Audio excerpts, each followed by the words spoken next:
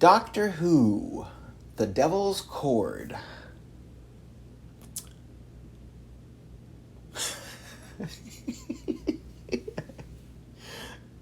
What?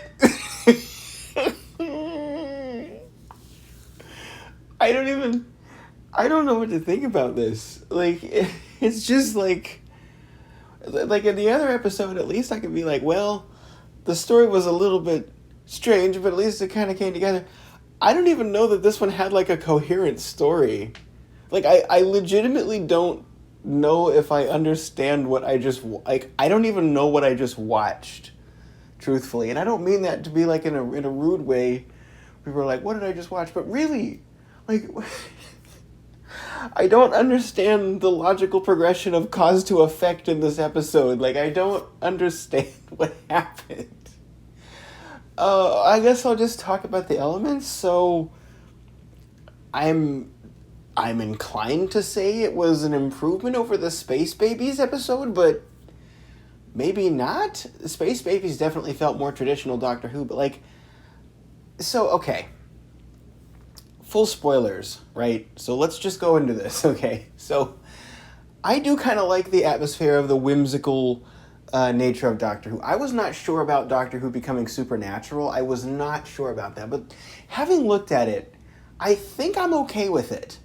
Because, you know, weirdly, it doesn't really seem to affect the way the world feels unless you count the fact that I don't understand what just happened. But, like, I'm strangely okay with it. I think Doctor Who being a pure sci-fi show, I think we've done that for 60 years.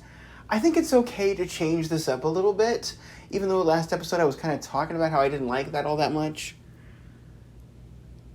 I think it's fine. It's just, okay. So I guess in the beginning of the episode, we have a boy and a dad sitting at a piano. Or I guess it's not a dad. It's a boy and his instructor sitting at a piano. And I thought, okay, this is going to be more like a traditional Doctor Who episode with like some strange things going on in the background, like very Stephen Moffat Doctor Who type thing. And it was immediately shattered by Jinx Monsoon playing Monstro. It's going to be a long review. Jinx Monsoon playing Maestro. And, I guess Maestro is American? I didn't realize that. Or maybe just Jinx Monsoon is American. But we've got this thing going on in the episode where I'm starting to realize what the problem is I have with this episode. It just kind of seems like this episode was directed by Jinx Monsoon, because it's like Maestro seems to take up like almost all of the episode. It's like the Beatles were just incidental to the episode, although I have to point out that the guys who played Paul and John, I kind of like them. I think the guy who played John did like a really good voice of John Lennon. Neither one of them really look too much like the Beatles, but I also don't really like the idea of like the Beatles lore being kind of portrayed as if only John and Paul really wrote the music, which is not the case. But anyway, I don't even know what to say about this. So there's some things in this I like. First of all, the colors, it looks gorgeous, right? I'm still going to say this. I think this is probably some of the best that Doctor Who's ever looked. I think the Chibnall era probably looked a little bit better because it was less expensive looking, but it was definitely more stylized and more saturated and darker. And I think actually I'm going to go ahead and say this. I think the Chibnall era actually, for all my problems with it, I think that's when Doctor Who just looked fantastic. Like, it just was a great looking show back then. Speaking of the visuals, though, can we please stop with the flashing lights? Please? It's just, we don't really need to do that, and I know you put a warning on it, but there are a lot of people who just kind of, putting aside even things like epilepsy, some people just get headaches from it. Like, it's just, why are we doing it in 2024? I just don't understand. But anyway, that's just my own personal complaint. I don't mean to be rude, but it's just something that I find annoying. But, okay, so the show looks great. Some of the music was cool, but, you know, I kept waiting for like Maestro to have like their own musical number, and it just never really happened. Like, I kept waiting to be like, okay, now I sing the song, like, sing the hit. I kind of wanted a hit from this episode. I didn't get it. So the idea of the Doctor taking the companion to the modern time to see, like, this is what's going to happen. Like, we went back in time, now we're checking back at your time. This is what's going to happen if your music doesn't, like, if you don't save the music in your time period. I like that idea. I like the Doctor popping forward and then popping back. Usually the TARDIS isn't reliable enough to do that. I like the way that the Doctor was kind of sitting at the console, waiting for Ruby to look outside. I think that was a really powerful scene. Also, the outfits. Come on. The outfits were great. I really wish that this, like the 60s look, I kind of wish that that's just what I kind of wish that that's just what Ncuti Gat was stuck with. I think that should just be his permanent look. I really like that look. I wish he just looked like that all the time. It was great. So, Jinx Monsoon's outfit was pretty cool. I'm going to go ahead and say this. Yeah. Maestro had this weirdly sexual energy that I don't particularly like in Doctor Who. We've had other characters that have been like that before. It's definitely not a first time thing. It's just weird. In Doctor Who, I think, someone just calling the Doctor hot, I guess. It's just, I don't know, it's kind of strange. We've had it before. We've had, like, other companions that were lusting after the Doctor. It's just never a thing that I really like in the show. I don't really like the Doctor having romantic interest, but, like, Jinx Monsoon seemed to, or what's the name of the character? Maestro. Maestro seemed to take it up a little bit in this episode, I think, and it's not my thing. What else? The instruments sounded cool. Oh, when Maestro was playing the Doctor Who theme, this is such a weird and niche thing. Why was the sound mono for a second, and then it switched to stereo again?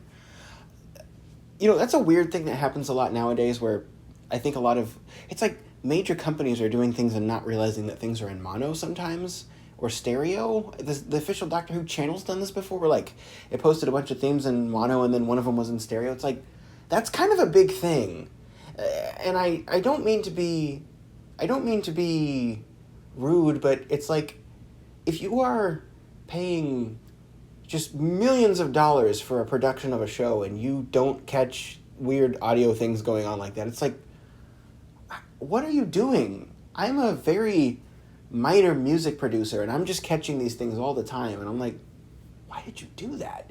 The 60s thing at the end had good sound to it, I guess. I really like that they put Rhapsody in Blue in there. At the end, I really wanted this episode to have Beatles music. I know I've slurred that. I wanted this episode to have Beatles music. I don't think you should have an episode with the Beatles if you're not going to have Beatles music, or at least have them play a cover or something, right? Like, you can have a cover band in there to do it. We really couldn't have gotten any Beatles music on the Beatles episode, because when the Doctor at the end was like, there's always a twist at the end, I was like, oh, this is where they're going to stick the Beatles song in, because they told us there was no Beatles music, and they're going to have a Beatles song at the end. Nope. No Beatles song. I was disappointed.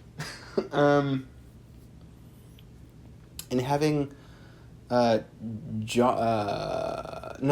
McCartney in there just singing kind of random notes that are not actual Beatles songs, like that stuff, just please just make it actual Beatles music. This was not a bad episode. It's just, I swear, it's just a what did I just watch thing. Like, I don't even really know what to say about it. It was a weird episode for sure. Maestro kind of seems to be inspired almost by Bette Midler's character in Hocus Pocus. Like, I just kept wanting to say, oh no, Bette Midler. Like, I just kept wanting to say that. But I think Jinx Monsoon's performance was pretty cool. With the like, when their voice would get really low, be like, no, but just, I don't know. It's just, it was so, like, tongue-in-cheek. It was so on the nose. It was so, like, it just seemed like about, I would say, a third of that stuff, maybe even half of it, that Maestro was doing, if I was the editor, I would have just cut out, because it's like, it just seems too self-indulgent sometimes with how much it carries on. And it's like, it's to the point where it looks like I'm watching an extended cut of something before it was trimmed down. Like, it looks like I'm watching like the original sequence on the DVD when the director's like, yeah, we had to cut this sequence down because it was just way too long. Like, I feel like I'm watching that, and the whole thing with the doctor trying to play the chord and summon like the right notes to you guys, I don't really get it. Okay, so a few things that stood up. The toy maker getting a mention. Yeah, cool. I noticed that Jinx Monsoon did that, or the Maestro did that.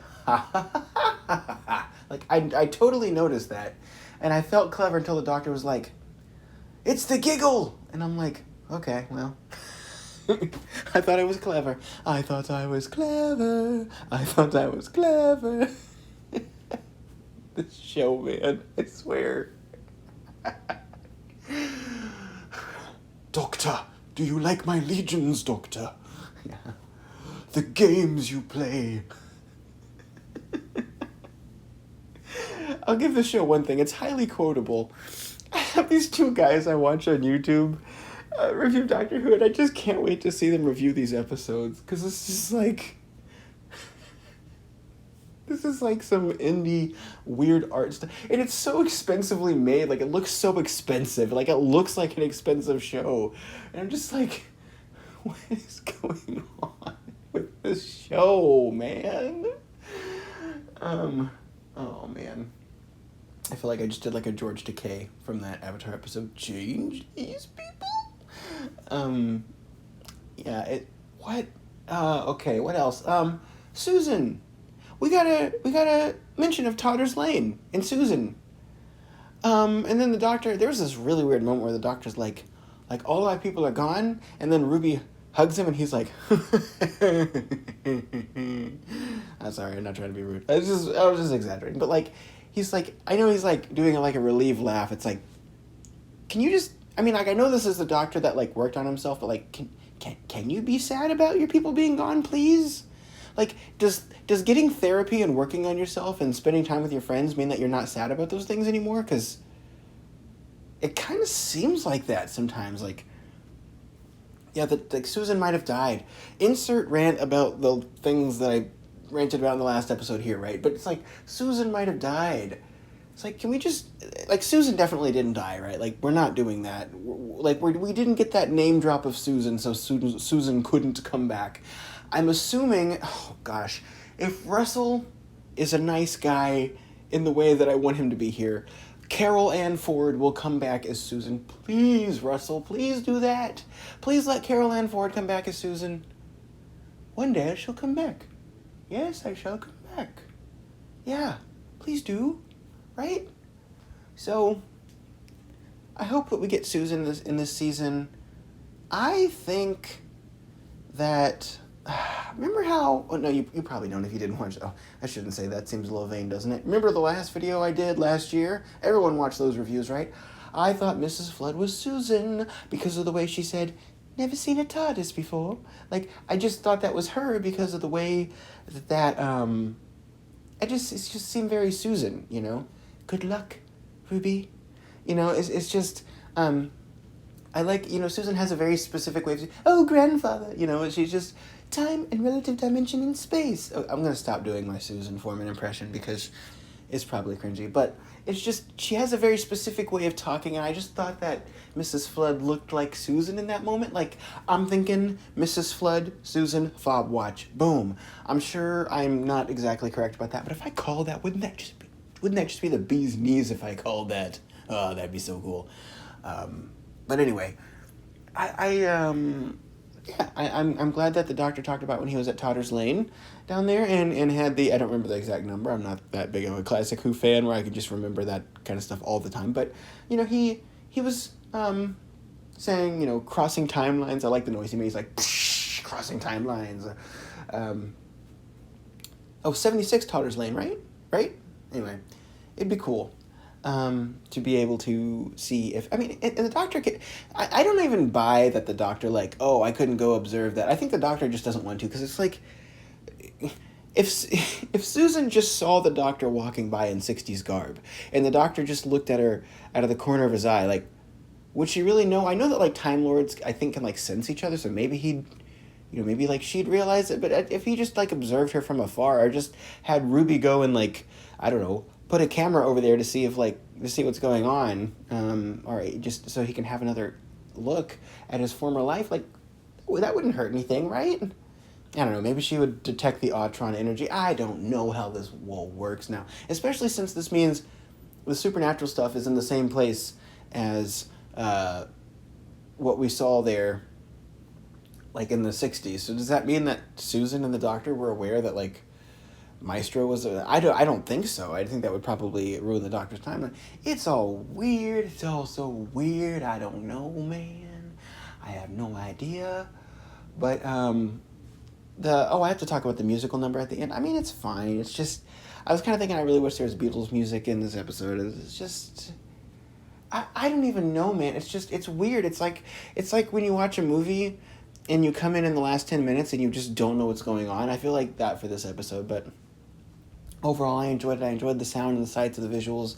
I'm going to watch next week, because I'm curious to see what's going to happen with the toy maker. I'm curious to see which villain is coming back. I have an idea about which villain is coming back, but I don't want to spoil it, just in case it is a returning villain, and people are right. It might not even be a returning villain. It might be a new villain. The Boss.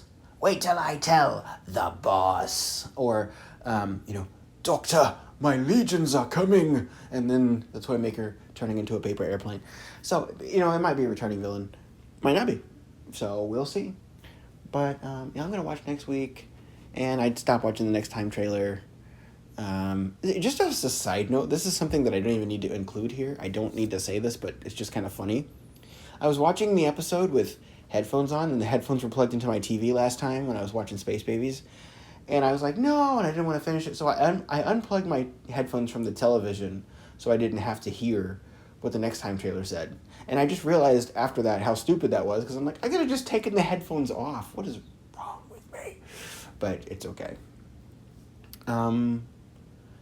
Yeah, this is weird. I'm going to watch it next week. Anyway, guys, let me know what you thought of this. I don't even know what to give it out of 10. I'm lost. Anyway, guys, happy Doctor Who Day. Oh.